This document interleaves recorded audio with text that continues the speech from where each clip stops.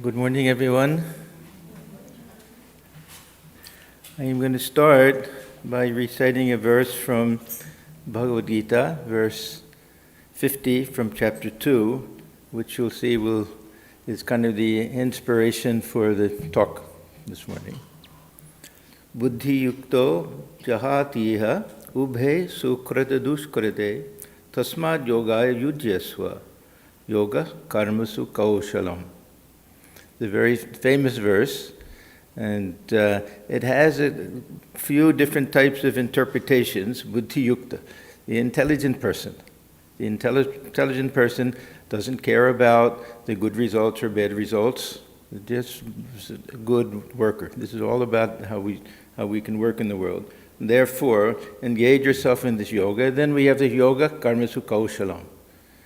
This can either mean that yoga is the skillful way of doing things, or doing things in a skillful way is yoga. Do you get the distinction? So it's taken about I'm going to take it as this yoga means skillfulness in action. There are many meanings of yoga, but the meaning that I like is that if we want to perform action, we have to do it in a very efficient, skillful way. So this is a topic this morning, skillfulness in action. And so this is a combination of acting skillfully and living consciously, these two aspects of karma yoga. This all goes back actually to a request that I got some months ago to write an article. Every once in a while, our Prabhupada Bharata will ask me to write something, and they gave the topic. Ramakrishna Mission, its ideals and activities, and then I added the rest of it. Now, when we think of the ideal of the Ramakrishna Mission and the activities, we all think of the motto, this Atmano Mokshatam, for the sake of one's own liberation, and Jagat Hitaya Cha, and for the sake of the welfare of the world. This is the ideal that we all know. And when we think of the ideal, this is what comes to the mind of almost everyone. And we've discussed it many times. It's been written about so many times that I thought I would do something a little different.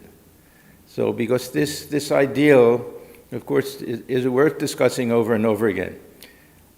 Part of it is something that everybody accepts, that we're all striving for realization. The second part was a little bit controversial during Swamiji's time. Swamiji came up with this, of course. During Swamiji's time, that the monastic institutions didn't engage themselves in any type of social service work, at least not very much, and at least not since their early Buddhist period. The Buddhist period, they also did things like that, educational things, but this was something a little bit radical. Some people take it as two things side by side. We generally take it as each one supporting the other. What's the best way for us to achieve some type of make spiritual progress? One of the ways is by being selfless and working for the sake of others. And one of the best ways to help the world, if we can help the world at all, is through our own spirituality. If we can free ourselves, if one person can become free, it'll be a great boon to the entire world. So this is a very beautiful ideal. But I was thinking, what's the special feature of the way that the activities are carried out? And this is something that it's not spoken about too much, and we don't hear lectures given about it or anything, that we have to do things in a very skillful way. But if we look at the way the Ramakrishna Mission works, we look at the activities, we look at the ideal that's followed by the monks, especially the early monks of the order, even going back to Sri Ramakrishna and Holy Mother and the direct disciples, we find that there's a tremendous emphasis on the way we work, not simply our attitude. We can say that, yes, I'm doing it with devotion and that I'm not caring about the fruits of action, but at the same time, we have to put this into practice, working in a very efficient way, and with a devotion to detail, all of the things that will go into this idea of kaushalam. So we'll discuss some of these things this morning.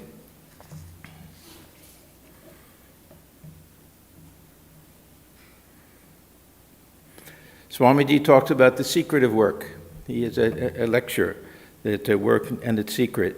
And there's many elements to it. This, of course, is our karma yoga, that we do it without attachment, we do it, everything as an offering, that we do it approach it as a type of worship. But one of the things that, as I say, is not emphasized as much normally, is that we do it with attention, we do it consciously, we do it with paying a great attention to the details, and with full concentration of mind, that these become a very special part of our karma yoga. If we want to do anything as an offering, it has to be done with a tremendous devotion to detail even, and concentration, and an idea of making things beautiful, and doing things in a very skillful way. So this is something that we find in Gita, we find in the Upanishads, but it's not emphasized, I don't think, to the extent that it may be, and to the extent that it's followed in our tradition. We have this yoga karmasu kaushalam, we have this term daksha that comes up, skillfulness. In the Upanishads, we very often see this term pramada, and pramada is the exact opposite. So we find it in the negative, apramada, that pramada it means doing things in a sloppy way, without paying attention. Just a very tamasic type of attitude towards things, and it's considered one of the great obstacles in spiritual life. So it's there. I'm not saying these things aren't there, but for some reason, they seem to have fallen by the wayside, and there's a reason for that. It's not a good reason, but there's a reason for it. They're very, very easily understood how we can get a little confused when we talk about karma yoga, because we're told several things. We're not supposed to worry about the fruits of action. Now, this is a highly misleading statement, that we should worry about the fruits of action, but we shouldn't cling to them. We have to, if we do something, we want to do it to the best of our ability. We want it to be successful. But we read in Gita that we don't care about siddhi, that we have to be even-minded if we're successful, if we're not successful. So a little confusion comes into the mind sometimes, that for the jnani says this world is unreal, that it's a passing dream, that everything will disappear one day. So why care so much about doing something in a very nice way, in a permanent way, when it'll disappear one day? Huh? So there's a tendency to possibly think like that if I abandon the fruits of action, then why do I care about the fruits of action? Huh? That we read, same chapter 2, siddhya siddhyo samo bhutva, that we don't care whether it's successful or not successful. Mind should be completely the same. Now, is this true? If we want to do something and we're not successful at it, should we say, oh, I don't care? Huh? I don't think so. We want to get the ego side out of it.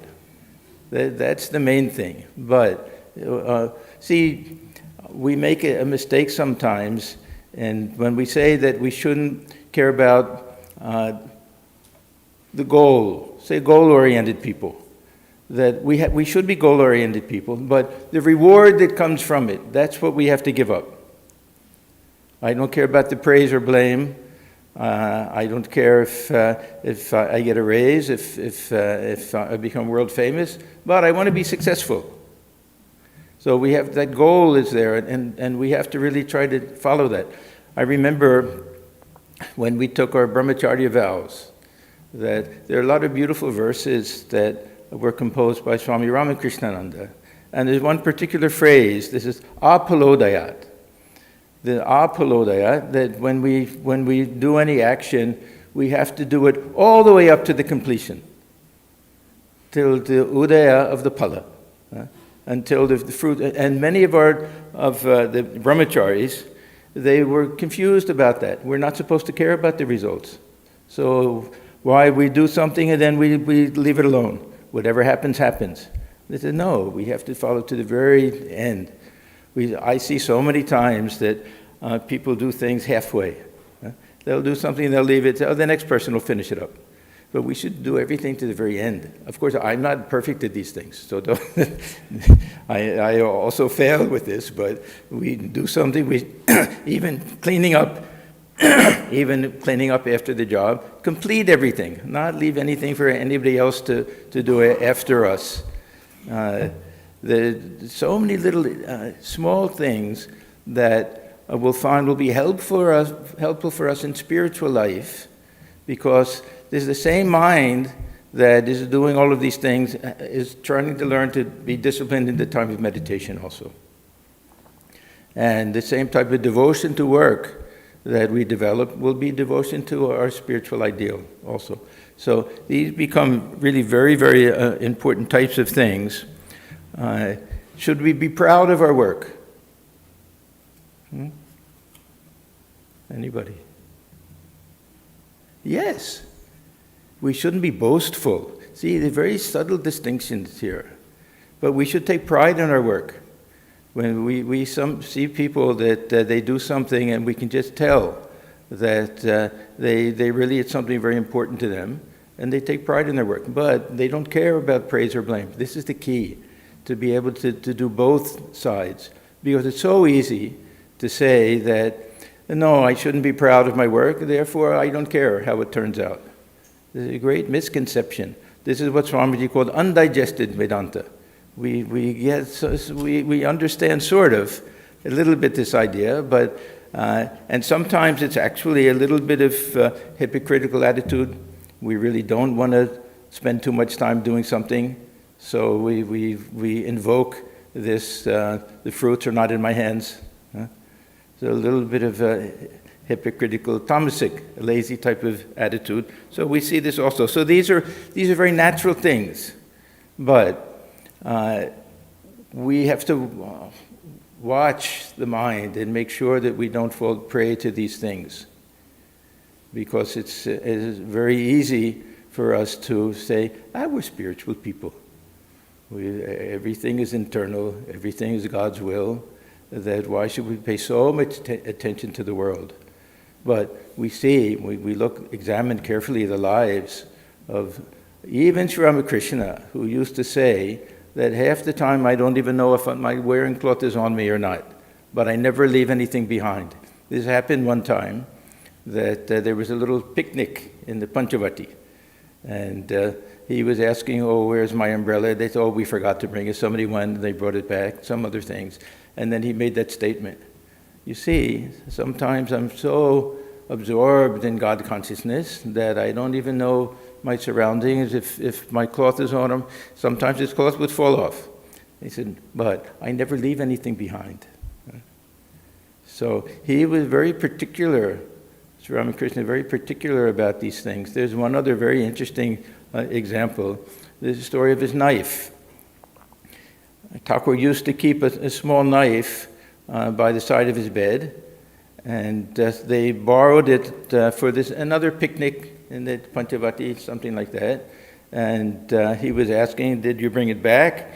And they said, we brought it back. And where did you put it? Put it on the shelf. He said, you put it on the shelf. You didn't take it from the shelf. If you take something from one place, you have to put it back in the same place. What if I need it in the middle of the night and I look for it and I can't find it? Now, I always wondered about this story, and then I read, probably Swami Vivekananda's one of his talks. Do any of you know the real story behind this? I heard from you. Oh, you heard it from me. You remember? Did you hear the story about the Vedanta? Yeah. No, usually people don't remember anything I say. That's why I'm surprised. Yeah. No, the story is that when Sri Ramakrishna would wake up in the morning, it was usually dark out. He would only sleep a couple hours every night. And first thing he would want to do is take the name of God. But he liked to, this neem branch, that you have to take a little knife and you have to make a little brush out of the end to clean the teeth. He'd like to clean his teeth first before he would take the name of God. So if he woke up in the middle of the night, the knife wasn't there, then he couldn't clean his teeth, and then he would feel funny taking the name of God. So anyhow, we never know. If we take something from some place and we put it back anywhere, we don't know, is it really important? We think, what's the difference? I'm putting it in a better place. The next person may say, well, but where is it? I can't find it. These are very small things, very seemingly insignificant things, but for some reason in Ramakrishna Order, these things are emphasized. If any brahmachari falls in the clutches of one of these swamis that's like that, then they find out how particular they can be. There's a very beautiful talk that was given by Swami Sridharanandaji about Swami Vivekananda, about when he served him. Every day he would serve it and put his plate and arrange things in a certain way, and every day Swami Vivekananda would say, no, it's not right. One thing would be maybe a quarter of an inch off or something like that. Then finally he said, yes, now it's okay. Such attention to detail. There's a reason for it.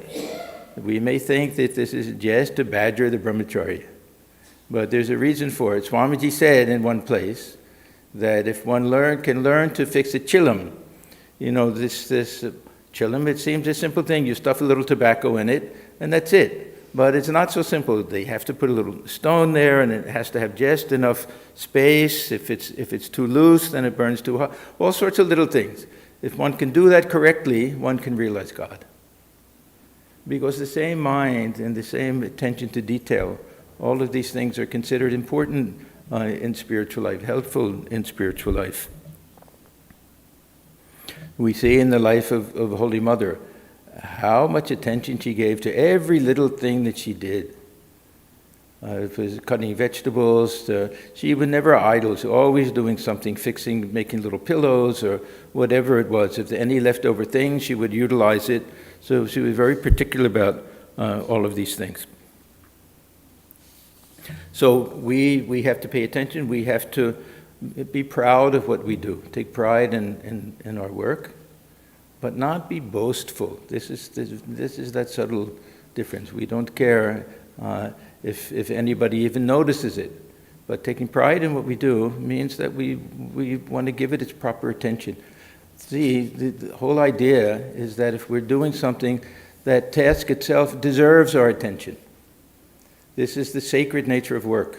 The Swamiji talks about this, that when he says work is worship, that means that everything we do has a sacred element to it, that we should do it with that attitude, that this will be done as an offering. If we do anything as an offering, it has to be done with love, with care, devotion, and with concentration and attention to detail.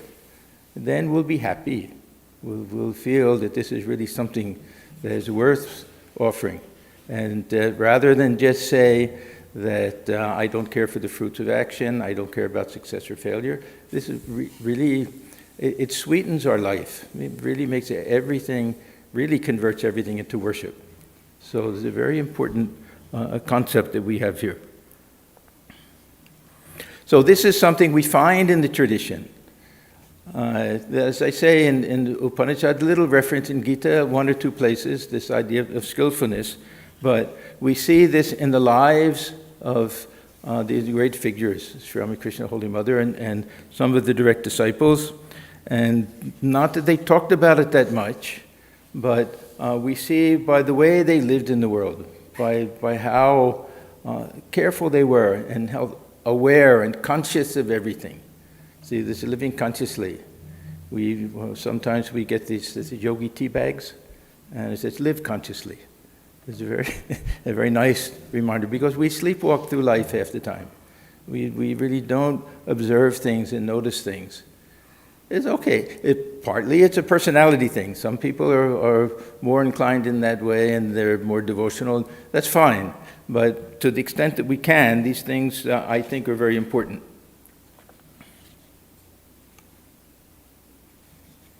So I want to talk about this Kaushalam. What do we mean? Karmasu Kaushalam. There are so many elements to this, to attention to detail, working with care, working with love, working with respect for the work, working with devotion, and practicing time management. Because half the time we start things, we don't give ourselves enough time and we rush. And then we're at last minute, we barely get it done. And there's no joy in it that way. I'm always about, of course, I'm guilty of these things myself. Don't think that I'm not. But I always find it odd that some people are always 5 minutes late. And it doesn't matter if you say that, well, then we'll do it a half hour later, still 5 minutes late. And it's so easy to start a little 5 minutes early, 10 minutes early, and get things done on time. But it's all this living consciously, thinking things ahead of time and trying to work things out. So the time management is also a very important element to this. Time management, patience, perseverance, striving for orderliness, even perfection, and finally, working with a sense of beauty, not just utilitarian, but if we do something, there should be some aesthetic element to it. This is also something that is very nice. Surprisingly, one of the ways that this attention to detail manifested itself in the early days of our order was with regard to cutting vegetables. There are so many stories of young monks getting scolded by the seniors for not being very careful about how they cut the vegetables, taking off too much skin or leaving some on. And Swami Premananda, he was a real stickler for these things. Swami Ramananda, sometimes he would go about and he would watch the brahmacharis. And he would say, I can tell what type of meditation he had by the way he's paring the vegetables. What type of concentration he had, what kind of devotion and everything. So there's a very nice story about Swami Shankaranandaji. He was, of course, one of the past presidents of our order. And one day he went, and the same thing. All the presidents, they would do this. They would go around and see all the work that was being done, those who were feeding the cows and looking after them, the dairy and office work, whatever. And he went and saw all the young monks who were preparing the vegetables, which would be used for Sri Ramakrishna's offering for bhog. So he noticed they were peeling potatoes and not very careful and cautious about wastefulness. So he saw that they had cut off the skin, but they left a lot of the flesh of the potato there. So he didn't say much, but he told the monk in charge, you bring all of the peelings to my room. And nobody knew what was going on. So they brought all of them to his room. He himself, with a knife, he cut off the remaining portion so that there was enough for him to make a little potato curry. He did on his own. And he said, now you take this to those boys and tell them that they can offer this to Sri Ramakrishna in the shrine. So without saying anything, look at all the teachings that he gave on this karmasu kaushalam, skillfulness in work. That this attention to detail and this idea that everything is an offering. Nothing should be wasted. And everything that was used at Belur Math, and here also, this was paid for by the hard efforts and work of the devotees. So it's kind of sin even to waste their money by just not being careful and cautious enough. So there's one simple action of his, it was a tremendous lesson for all of these young monks.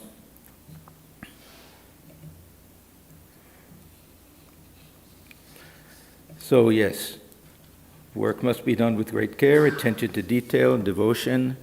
Everything we possess really belongs to Thakur and has been paid for by the hard-earned money of the devotees and should not be wasted. Even a little bit should not be wasted. So there's one action of Swami Shankaranandaji who had so many, just a perfect example of this attitude that he wanted to see the young monks really incorporate into their mindset, their way of living in the world. This is very nice, another nice example. This I heard from Swami Lokeshwaranandaji. He was one of the Swamis that was most influential in my life. Many of you knew him, of course. He was head of the Institute of Culture for so many years. And I remember one time he had a trip to California when I was still living there. And one of the other monks and myself, we drove him up from Trabuco to, I think, Santa Barbara. We had a long time with him, and he told us so many different stories. And he was telling us one time, he was a disciple of Mahapurush Maharaj, Swami Shivananda. That Swami Shivananda once told him, he was just a brahmachari, just joined. He said, I have all of these letters, you put stamps on these letters. So he thought that what's the purpose of his stamp? The purpose of his stamp is so that the letter will be sent. And it'll be good if he does it quickly, the Swami will be very happy. So he didn't pay much attention to whether it was put in the right place, whether it was straight, whether it was properly spaced. So he just put all the stamps on and he put them back and he gave them to the Swami. So Mahapurush Maharaj, he didn't say much, so he said, okay, and he was sitting there. Later he went back and he found Mahapurush Maharaj removing each stamp and putting it back in its proper place in the corner. And he said it was a great lesson. And again, there was no teaching that in words there. He didn't scold him or say anything, look how sloppily you did this or anything, but coming back, it was a great lesson for him. So this is how we learn these things. We examine the lives of these great souls, and we think, here, these are men of God realization, that they can go into samadhi, that look upon this world as a just passing show, and yet such attention to detail. So we understand the importance in spiritual life of that.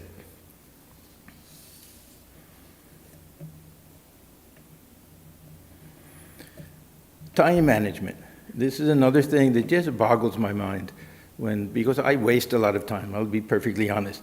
But I see some of the Swamis of our order, especially our Swami Gambhiranandaji, Madhavanandaji, those who had such heavy duty, first as a general secretary and trustees, and then the vice president, president of the order, and they did so much literary work, so many translations in books and everything. Or Swami Prabhanandaji. Swami Prabhanandaji, now senior vice president, also another Swami that I know very well, very wonderful, wonderful Swami. How he managed, he ran the Institute of Culture, which is a huge thing. There's so much involved in that, so many headaches, so much responsibility, and at the same time wrote so many books, and started the museum. If one person could just do that, it was a huge thing. The Belur Math Museum, a huge thing, and never missed his meditation. He told me once, in fact he told me not to tell people, but I tell people anyhow, that all the years that he lived at Belur Math, he never missed Mangal Arati. And he had such poor health, that for a while he had constant fever. Every morning he would wake up with fever. But he had that routine, and he had that dedication to it. And he had his time for everything. I remember at Institute of Culture that every morning he'd go for a walk. And I could hardly keep up with him. He walked so fast. He just had a certain amount of time for everything in order to get everything done. So this time management, this is something that I marvel at when I see how some of the monks of the order have been able to do that.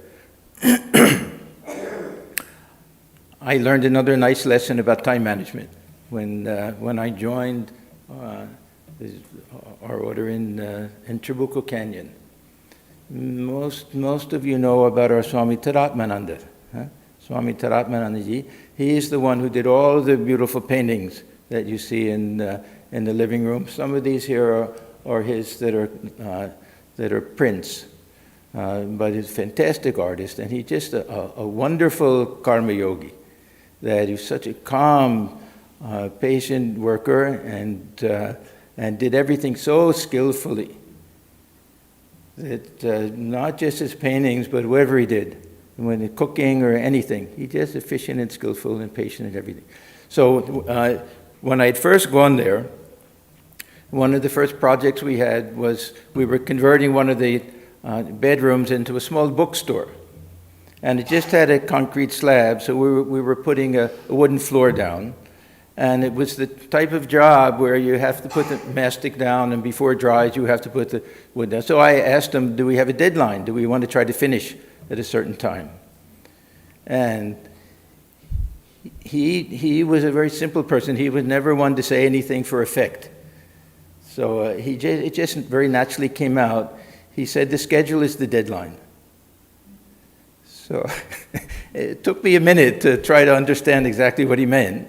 But what he was trying to say was we had our work hours, that we would work from 9 in the morning to 11 in the morning. Then we would break, we'd have a cup of tea, get ready for noon worship. Then the afternoon, we would take rest, we would work from 3 to 5. So 4 hours a day was our work schedule.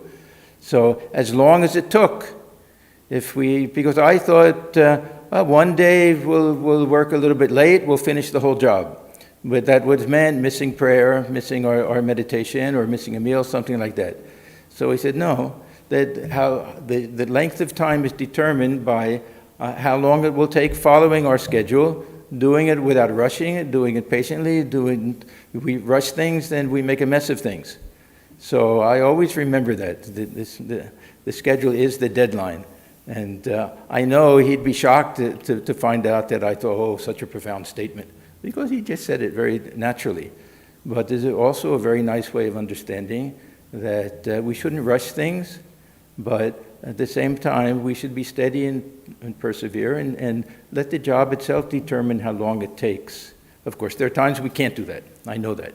There are times when we have actual deadlines that we have to follow, but otherwise, there's a very nice way of watching to see someone just working very patiently and not rushing things and knowing that the job will get done when it gets done. That was what would determine how long the whole thing would take.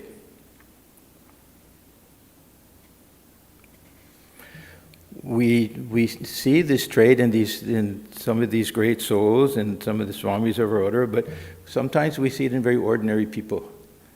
And this is another thing you may remember. I've told this story before. I got stuck in LaGuardia Airport once. I don't remember where I was going. I had to change planes, and there was a big storm, and the flight was delayed. I'm sitting for hours, bored, nothing to do, and I see this man come who's washing the windows.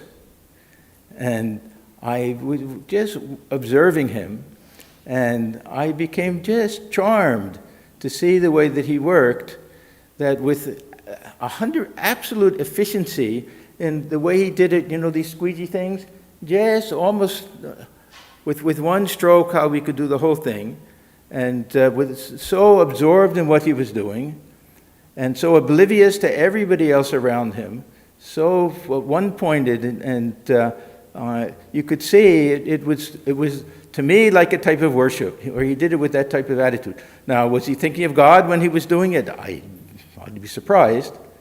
Was he doing it as an offering? I don't think so. But that's not the point.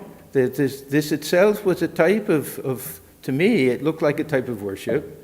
And you could see that there was a sense of joy that he got, and not the type of satisfaction, inner type of satisfaction, not the type of satisfaction that is, people will see how beautiful it is. He was oblivious, and who will care? Nobody watches.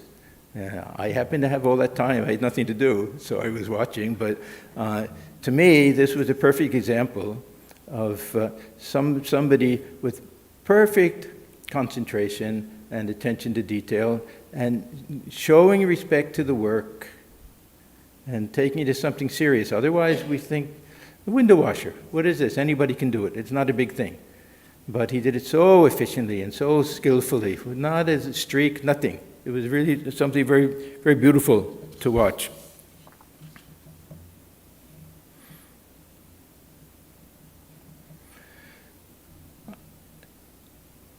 Sri Ramakrishna, when we look at the teachings that he gave the Holy Mother, we find that it covered every possible aspect of life. Spiritual life, of course.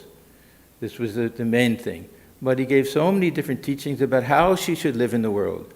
This goes back to this living consciously, to observe things, to be the last one to leave a room, to observe if anybody left things behind, to be able to adjust to different types of people, circumstances, time, place, everything. For him, these were very important things to teach Holy Mother. That same Thakur, who half the time is unconscious of anything, of his own body, that such attention to detail. And Holy Mother was the same way. And she would always tell her disciples, don't be idle for a second. Always be engaged in doing something, and do it as a type of worship. This is the whole point. This is when Swamiji talks about the secret of work, to do everything, to convert work into worship. You know, we have the three things, that work and worship side by side, to do work as worship, but then all of our work it really becomes worship itself. So I want to go into this idea now of this living consciously. And I want to tell another story about Swami Shankaranandaji.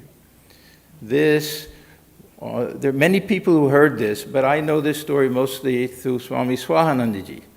When Swami Swahanandaji was a brahmachari, so a young monk, and he was at Vidya Mandir, and he's in charge of the students. And he asked him one day that, what really do we want to teach these students? What would be the main thing, most important message for them to get? Once they leave here, they graduate, what's the most important thing that they would have gotten out of their years staying with us?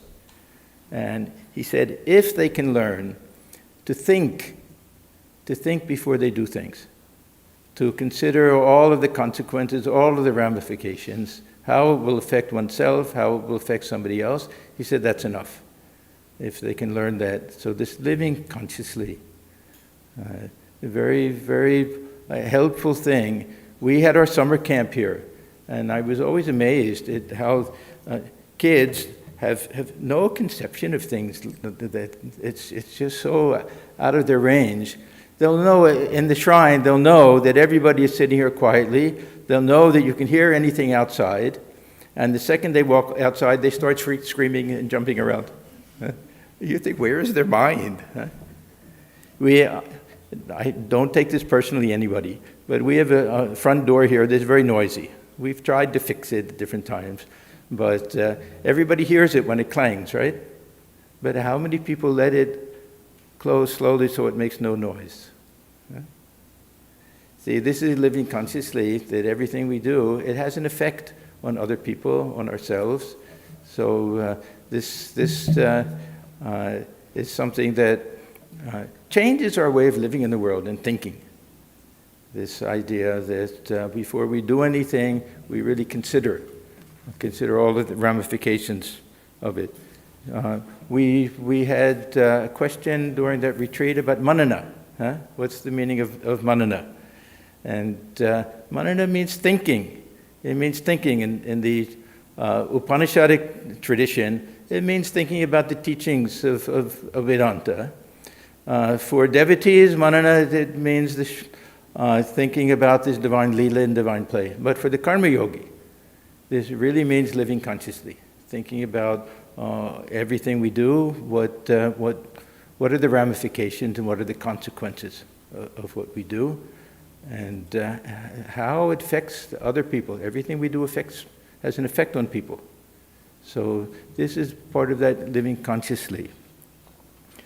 Then, when we talk about thinking before acting, thinking before speaking, this is also how many problems would be avoided if we would stop to think before we say things.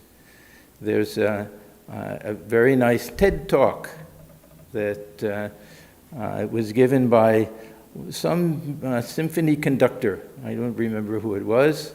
I don't remember all the details, but he was telling a story about a woman who was taken to the Auschwitz, or one of the death camps during World War II.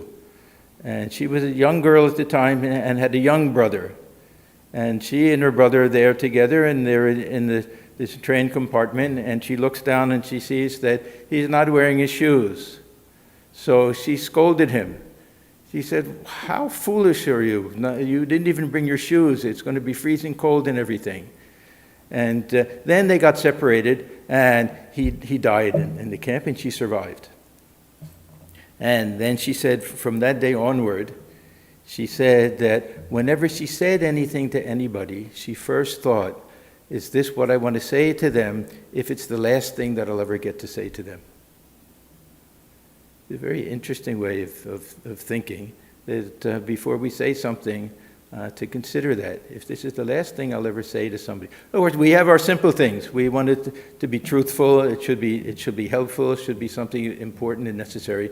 But there's also, I thought, a very interesting way of applying this living consciously, of really thinking before we act and thinking before we speak. One final element that I want to mention is doing things with an idea of the beautiful.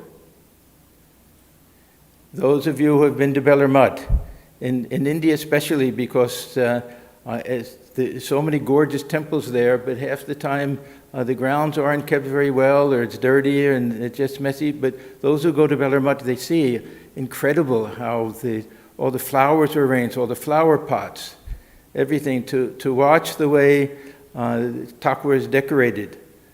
And the attention to detail and the devotion that goes into that to make it beautiful. Devotees will see it, to make it beautiful. I don't want to embarrass anybody, but you look at how our shrine is decorated here. You look at the flowers, you look at Thakur's cloth.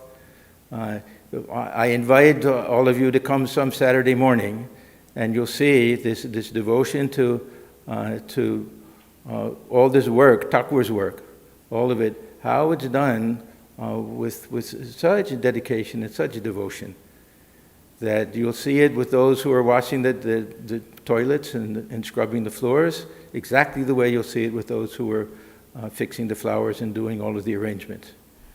So doing everything with this attitude, attention to detail, but also with this idea of beauty, that this really makes our work something so meaningful for us.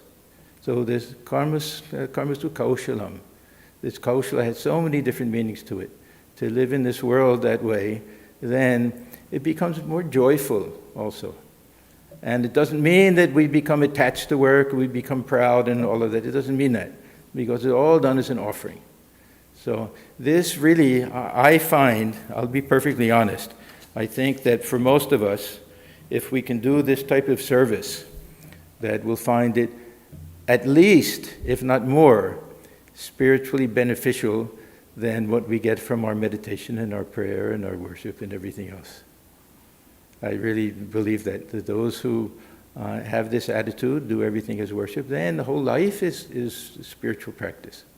It becomes very, very helpful. So this is a very special topic for me. I like this idea very much. So I hope it'll be helpful for all of you, that it really does convert all of our work into worship. And it can be done with following all of the same ideas of karma yoga, with a non-attachment, and we can still look upon this world as a passing show and a little bit dreamlike, but we know for our benefit and for everybody else that this is a very beautiful way of living in the world. So I'll stop here. We're going to try to go back a little bit to the way we used to run things here. We'll have a short meditation, and just a few minutes, and then we'll invite everyone to the basement. We have tea and snacks and coffee as we used to in the old days. So little by little, of course, I hope it's not premature, because we know the pandemic isn't over completely, but hoping we can get back to a little bit of normalcy. So we'll sit just for a few minutes.